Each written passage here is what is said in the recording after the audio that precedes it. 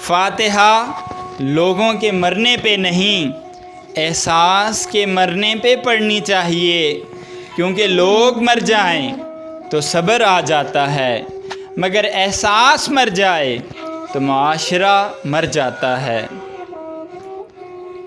زندگی آخر کار ہمیں رلا ہی دیتی ہے، چاہے پھر ہم ماں باپ کے کتنے لاڈلے ہی کیوں نہ ہوں۔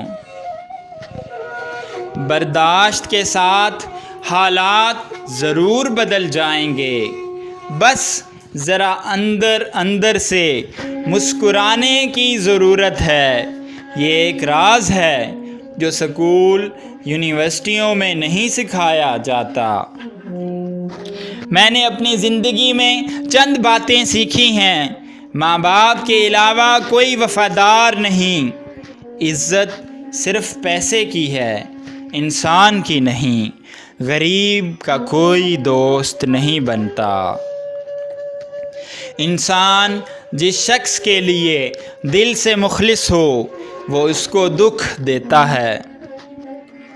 لوگ اچھی سیرت کی بجائے اچھی صورت کو ترجیح دیتے ہیں۔ بے حد محبت انسان کو اپنی حد میں لے آتی ہے۔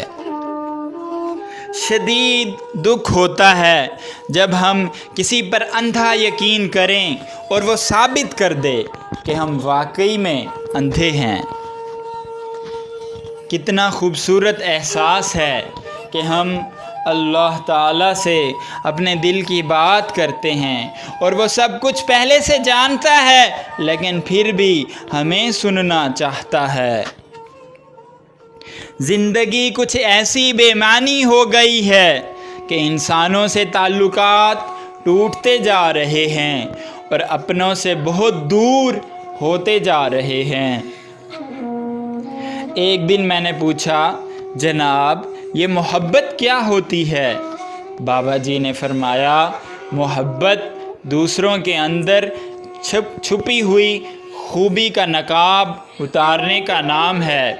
جس شخص میں جو کوئی بھی خوبی ہو اس پر ایک چھلکا چڑھا ہوتا ہے، جس کی وجہ سے اس کی خوبی نظر نہیں آتی، اس چھلکے کو اتارنے کا نام محبت ہے۔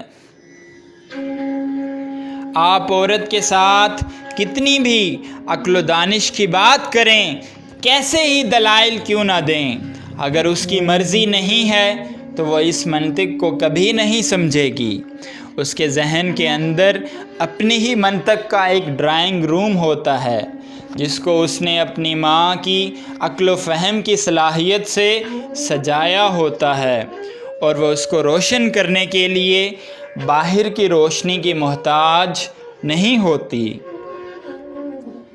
اچھی بات تو سب کو اچھی لگتی ہے، لیکن جب تمہیں کسی کی بری بات بھی بری نہ لگے تو سمجھ لینا تمہیں اس سے محبت ہو گئی ہے۔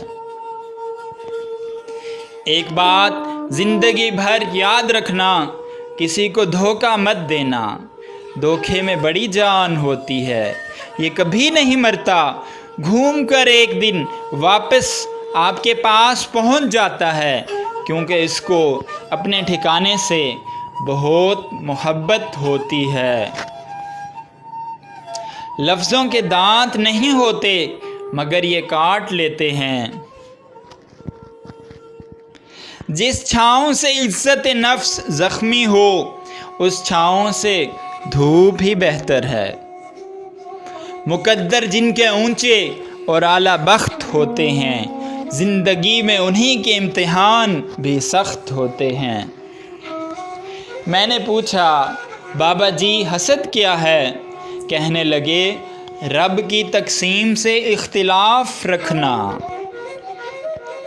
درد وہ ہوتا ہے جو ہمیں دوسروں کی تکلیف میں دیکھ کر محسوس ہو، ورنہ اپنا درد تو جانوروں کو بھی محسوس ہو جاتا ہے۔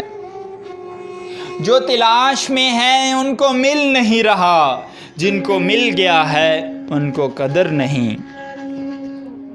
ایک دن ہم ایک دوسرے کو یہ سوچ کر کھو دیں گے، جب وہ ہمیں یاد نہیں کرتا تو میں کیوں اسے یاد کروں۔